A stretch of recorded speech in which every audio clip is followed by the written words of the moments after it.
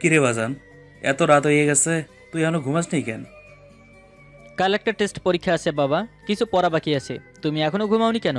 সারাদিন কাজ করো, এত রাত জাগলে শরীর তো খারাপ হবে। এই তো এখনই ঘুমাতে যাবো। তুই বেশি রাত জাগিস না, তাড়াতাড়ি ঘুমাইয়া পড়। বলেই বাবা আমার কপালে চুমু দিয়ে চলে যায়। আমি ইমরান, একজন রিক্সাওয়ালার ছেলে। আব্বুর ইচ্ছা আমি অনেক বড় একজন মানুষ হব। আমাকে লেখাপড়া করাচ্ছে। আমি এবার অনার্স তৃতীয় বর্ষে পড়ছি, পাশাপাশি কিছু বাচ্চাদের টিউশনি করাই। তবে সব গল্পের মতো আমি আমার কলেজে অবহেলিত নই। লেখাপড়ায় একটু ভালো বলে সবাই নিজে থেকে এসে আমার সাথে বন্ধুত্ব করে। আর সবাই এটাও জানে আমি একজন রিক্সা চালকের ছেলে। তবে হ্যাঁ, প্রতিটা গল্পের মতো এখানেও একটা ভিলেন আছে। সেটা হলো আমার ক্লাসমেট সানজিদা। বড়লোক বাপের একমাত্র মেয়ে, বাবার টাকার গরম সবসময় দেখায়। তবে সবার সাথে খারাপ ব্যবহার করে না। যখন মুড ভালো থাকে তখন উনি সবার চেয়ে ভালো, আর যখন মুড গরম থাকে তখন যাকে সামনে পাবে তাকেই পেটাবে। আমিও একবার এই বড়লোক বেটির শিকার হয়েছিলাম। পরের দিন অবশ্য নিজে থেকেই সরি বলেছে। তবে আমি তেমন কথা বলি না, অনেক বকবক হয়ে গেছে। চলুন এবার পরে মনোযোগ দেই। চকলেট খেয়েও শান্তি নেই। কে যে এই রাতের বেলা আমার নাম নিচ্ছে বিষম লেগে গেল। থাক, আর খাবই না। এবার ঘুমিয়ে পড়ি। পানি খেয়ে লাইট অফ করে ঘুমিয়ে পড়ি। পরের দিন সকালে ঘুম থেকে উঠে ফ্রেশ হয়ে নিচে এসে দেখি আব্বু নেই। কাজের মেয়ে হানুফাকে জিজ্ঞেস করে জানতে পারি আব্বুর নাকি একটা মিটিং আছে, তাই চলে গেছে। সারা দিন রাত শুধু মিটিং আর মিটিং। আমার জন্য একটু সময় হয় না আব্বুর। মন খারাপ করে টেবিলে বসি। হানুফা খাবার দিলে খাবার খেয়ে কলেজে চলে আসি। কলেজে আসতেই বান্ধবীরা সবাই আমার কাছে আসে। কি রে, তোর মেজাজ গরম মনে হচ্ছে? কি হয়েছে? আঙ্কেল কিছু বলেছে? দেখা হলে তো বলবে। রোজ সকালে নাকি ওনার মিটিং থাকে। মেজাজটাই গরম হয়ে গেছে ঘুম থেকে উঠে। আজকে তাহলে কাকে পিটিয়ে মেজাজ ঠান্ডা করবি? যেই শালা গেট দিয়ে প্রথম ঢুকবে তাকে। মাত্র গেট দিয়ে ভিতরে ঢুকবো, তখনই কোথা থেকে ওই ভিলেন মহিলা এসে কিছু না বলে আমাকে এলোপাতাড়ি মারতে থাকে। মেরে হাতের সুখ মিটিয়ে চলে যায়। আমি আবুলের মতো সানজিদার চলে যাওয়ার দিকে তাকিয়ে আছি। শালা, আজকে কলেজে আসতে না আসতেই মার খেলাম। এই বড়লোকের বেটিকে যে বিয়ে করবে তার কপাল পুড়বে। উঠে শরীর থেকে ময়লা ঝেড়ে হাঁটতে থাকি। বন্ধুরা এসে জিজ্ঞেস করে আজকে কেন মারলো। আমি নিজেই তো জানি না, কি আর বলবো। ক্লাস শুরু হতে কিছু সময় বাকি আছে। বন্ধুদের সাথে মাঠে বসে আড্ডা দিচ্ছি। অবশেষে মেজাজ ঠান্ডা হলো। আঙ্কেলের রাগ ইমরানের উপরে দিয়ে উঠালি? বুকাটা নিজেই জানে না কেন মার খেলো। পরে সরি বলে দিব, তাহলেই হবে। বলদটাকে এখন আসতে হলো। মায়া লাগছে নাকি বলদটার জন্য? আবার প্রেমে টেমে পড়ে যাসনি তো? আমি আর প্রেম? আমার রাগের জন্য সবাই আমাকে ভয় পায়। আমার সাথে প্রেম করবে কে? শুধু রাগটাই। তাছাড়া তুই দেখতে খুব সুন্দর, দুধে আলতা গায়ের রং। কত ছেলে তোর উপর ক্রাশ খেয়ে আছে সেটা কে জানে? ভয় কেউ বলতে পারে না। তবে একটা কথা জানিস তো, ওই বলদটাকে কিন্তু অনেক মেয়ে পছন্দ করে, কিন্তু মেয়েদের সাথে ভালো করে কথাই বলে না। মেয়েরা লজ্জায় মাথা খেয়ে ওকে প্রপোজ করে আর বলে আমি রিক্সাওয়ালার ছেলে, আমার বাবা আমাকে এখানে লেখাপড়া করতে পাঠিয়েছে, এসব করে সময় নষ্ট করতে না। ভুল তো কিছু বলেনি। সবার আব্বু আম্মুই তাদের ছেলে মেয়েকে অনেক স্বপ্ন নিয়ে কলেজে পাঠায়। শুধু আমার আব্বুরই আমাকে নিয়ে কোনো স্বপ্ন নেই। আচ্ছা চল, ক্লাসের সময় হয়ে গেছে। বন্ধুদের নিয়ে ক্লাসে চলে আসি। ক্লাসে আসতেই বড়লোক বেটির মুখোমুখি হয়ে যাই। কিছু না বলে মাথা নিচু করে পাশ কাটিয়ে ভেতরে গিয়ে বসে পড়ি। দেখে মনে হলো কিছু বলতে চাই। কি আর বলবে, সরি বলবে হয়তো, তাতে কী লাভ। আবার কাল কারো ওপর রেগে এসে হয়তো আবার আমাকেই পিটাবে। সঞ্জিত আমার দিকে আসতে গেলে ক্লাসে স্যার চলে আসে, তাই আর আসতে পারে না। স্যার এসে এক্সামের জন্য পেপার দেয়। ভালো মতো সব কিছু লিখে টাইম মতো শেষ করে খাতা জমা দিয়ে ক্লাস থেকে বের হয়ে আসি। কোথা থেকে সানজিদা এসে সামনে দাঁড়ায়। দেখো, একটু আগেই মেরেছো, এখন আর মার খেতে পারবো না। সরি তখনকার জন্য। তুমি তখন আসবে জানতাম না। তোমার সরি তোমার কাছেই রাখো। মেরে মেরে সরি বলা, আবার রাগ হলে এসে মারবে। যার সাথে রাগ করো তাকে মারতে পারো না, আমাকে কেন মারো? আমি তো কখনো তোমার সাথে কিছু করিনি। সরি বলেছি বলে ভাব বেড়ে গেছে দেখছি। রাগালে তার ফল কিন্তু ভালো হবে না। ঠিক আছে ঠিক আছে, সরি অ্যাকসেপ্ট করলাম। এখন মার খাবার ইচ্ছে নেই। কোনো কাজ আছে এখন তোমার? টিউশনি করাতে যেতে হবে 1 ঘন্টা পর। কেন, আমার কাজ দিয়ে তোমার কি? 1 ঘন্টা অনেক সময়। চলো কোথাও থেকে ঘুরে আসি। পাগল নাকি? আমি তোমার সাথে কেন ঘুরতে যাব? পরে সবাই উল্টাপাল্টা ভাববে। কেউ কিছু ভাববে না, কেউ কিছু বললে আমি আছি তো, রাগাবে না বলে দিলাম। ভালোভাবে বলছি, চলো আমার সাথে।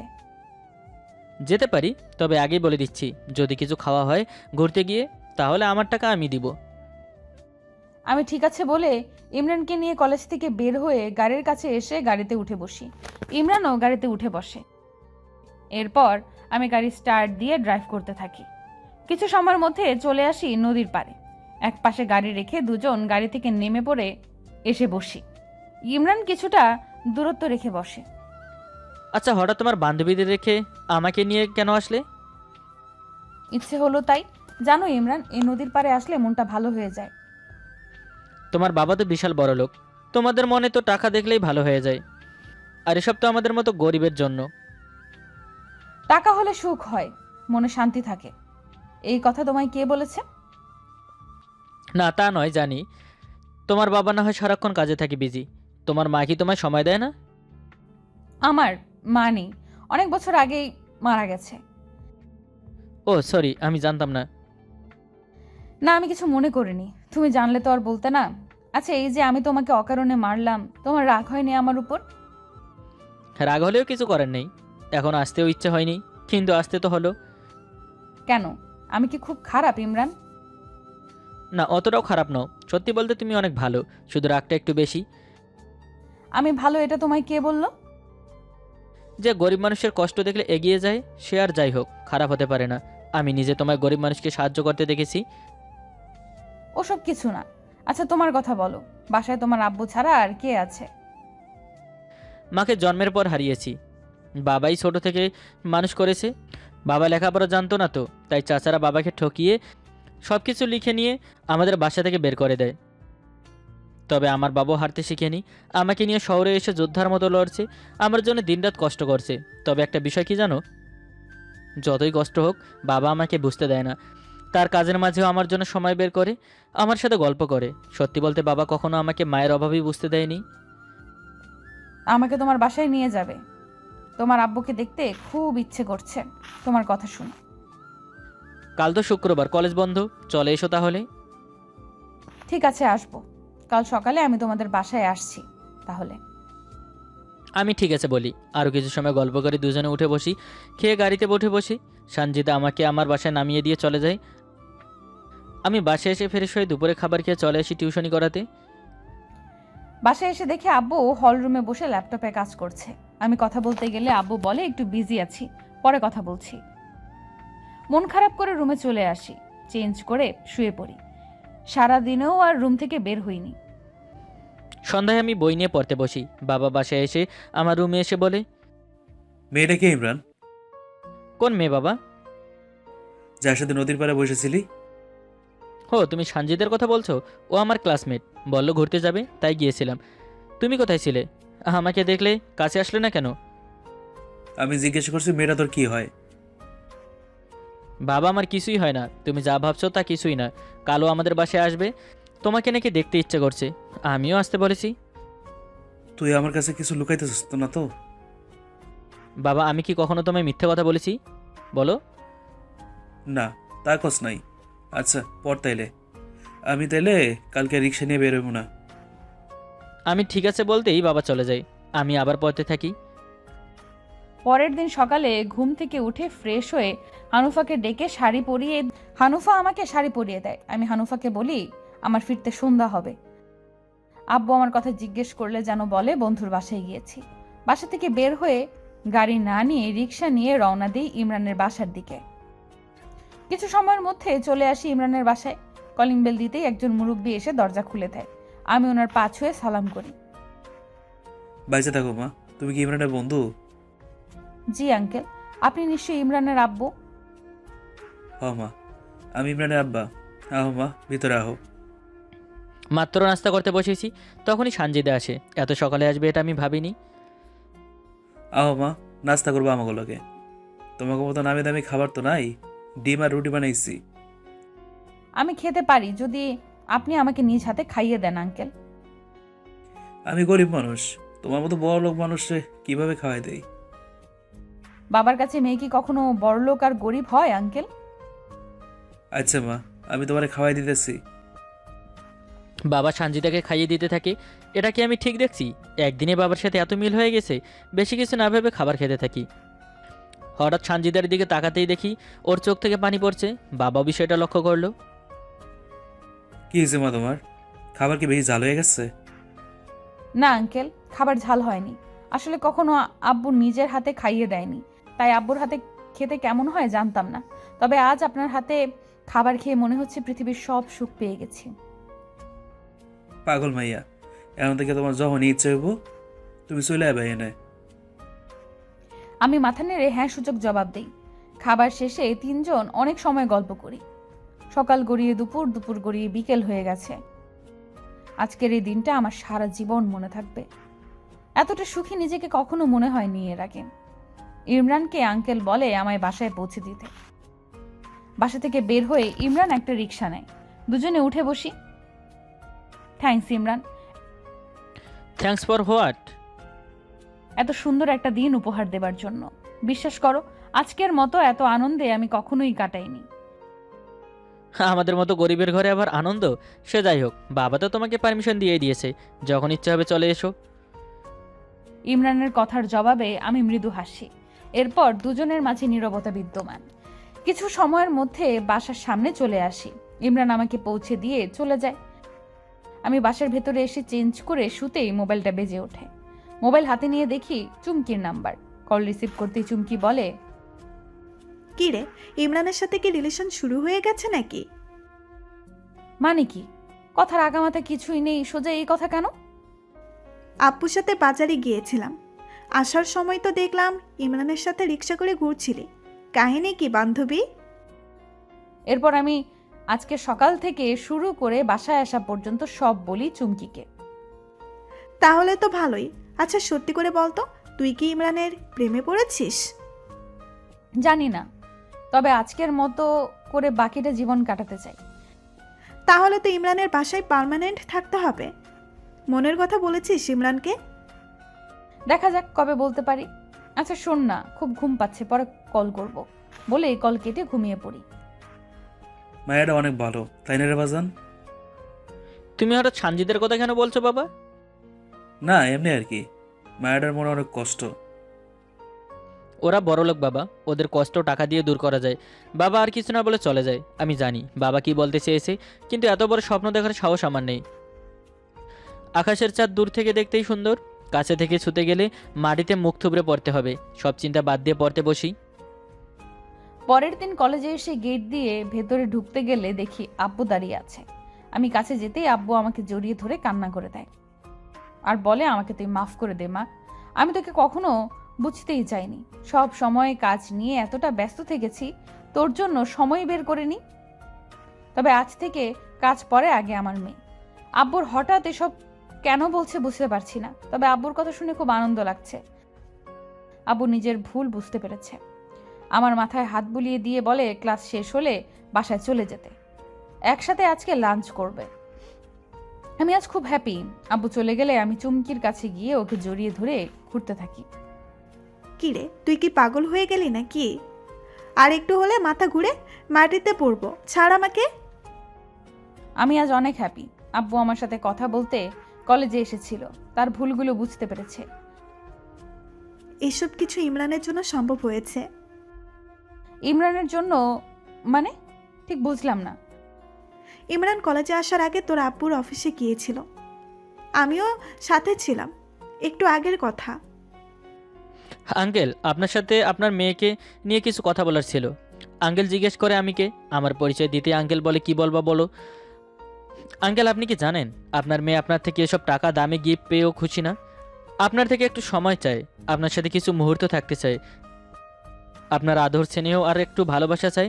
যদি সম্ভব হয় কাজের ফাঁকে একটু সময় করে আপনার মেয়ের জন্য সময় বের করবেন। আসি আঙ্কেল। চুমকির কথা শুনে আমি অবাক। ইমরান আব্বুকে এসব বলেছে? ইমরানকে খুঁজতে থাকি। খুঁজতে খুঁজতে কলেজে পুকুর পাড়ে এসে দেখি ওর বন্ধুদের সাথে বসে গল্প করছে। আমি ইমরানকে ডাকি। ইমরান এসে কিছু বলার আগে আমি ওকে জড়িয়ে ধরি। সানজিদের কাণ্ডে আমি বোকা হয়ে দাঁড়িয়ে আছি। আশেপাশে থাকা সবাই তাকিয়ে আছে আমাদের দিকে। আর কি করছো? সবাই তাকিয়ে আছে। থ্যাঙ্কস ইমরান, তোমার জন্য আমার আব্বু আজ এখানে এসেছে, তোমার জন্য আমার জন্য সময় বের করেছে। যে ভালোবাসা এতগুলো বছর পাওয়ার জন্য ছটফট করেছি, আজ তোমার জন্য আব্বু সেই ভালোবাসা পেয়েছি। আচ্ছা ঠিক আছে, বুঝছি, ক্লাসের সময় হয়ে গেছে, তোমার বান্ধবীরা দাঁড়িয়ে আছে, যাও। ছুটির পর তোমাকে কিছু বলার আছে, এখানে অপেক্ষা করব আমি। আচ্ছা ঠিক আছে, আসবো এখন, যাও। সানজিদা মাথা নেড়ে চলে যায়। বন্ধুদের দিকে তাকাতে সবে এসে আমার উপর ঝাঁপিয়ে পড়ে।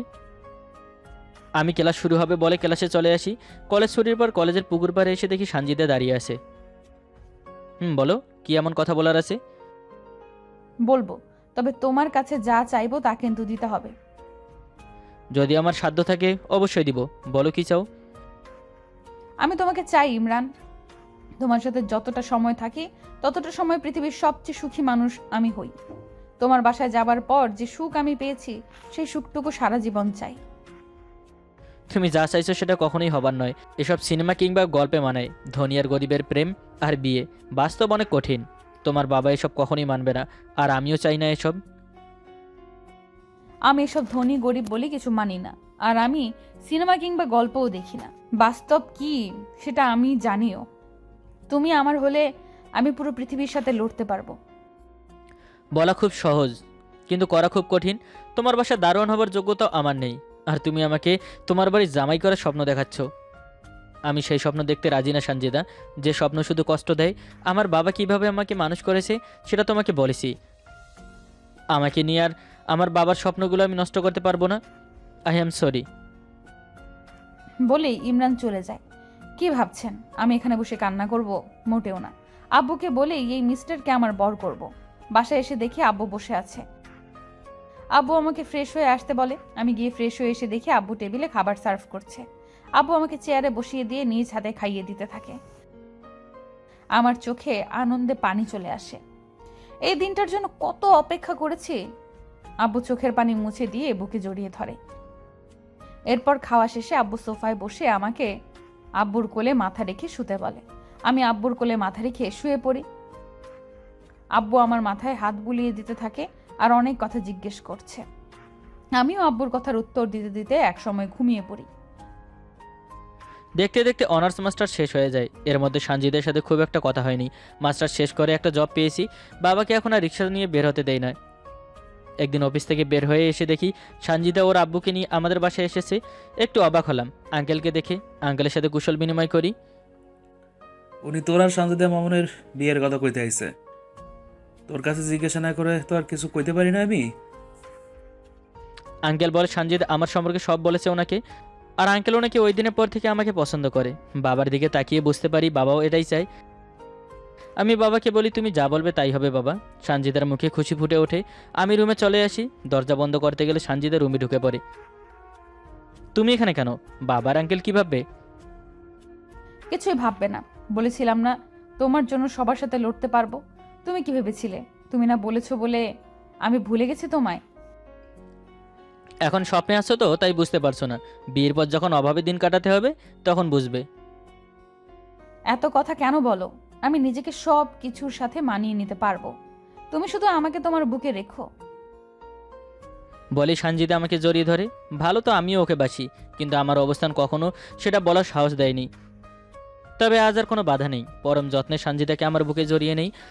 সানজিদা হুট করে আমার ঠোঁটে ওর ঠোঁট ডুবিয়ে দেয়। আপনারা এখনো তাকিয়ে আছেন? আপনাদের তো দেখে একদম লজ্জা নেই। কিছুদিন পর আমাদের বিয়ে হবে। এখানে এখন কত কিছু হতে পারে বুঝতে পারছেন না? চোখ বন্ধ করে চলে যান সবাই। দেখা হবে পরের গল্পে। আল্লাহ হাফেজ।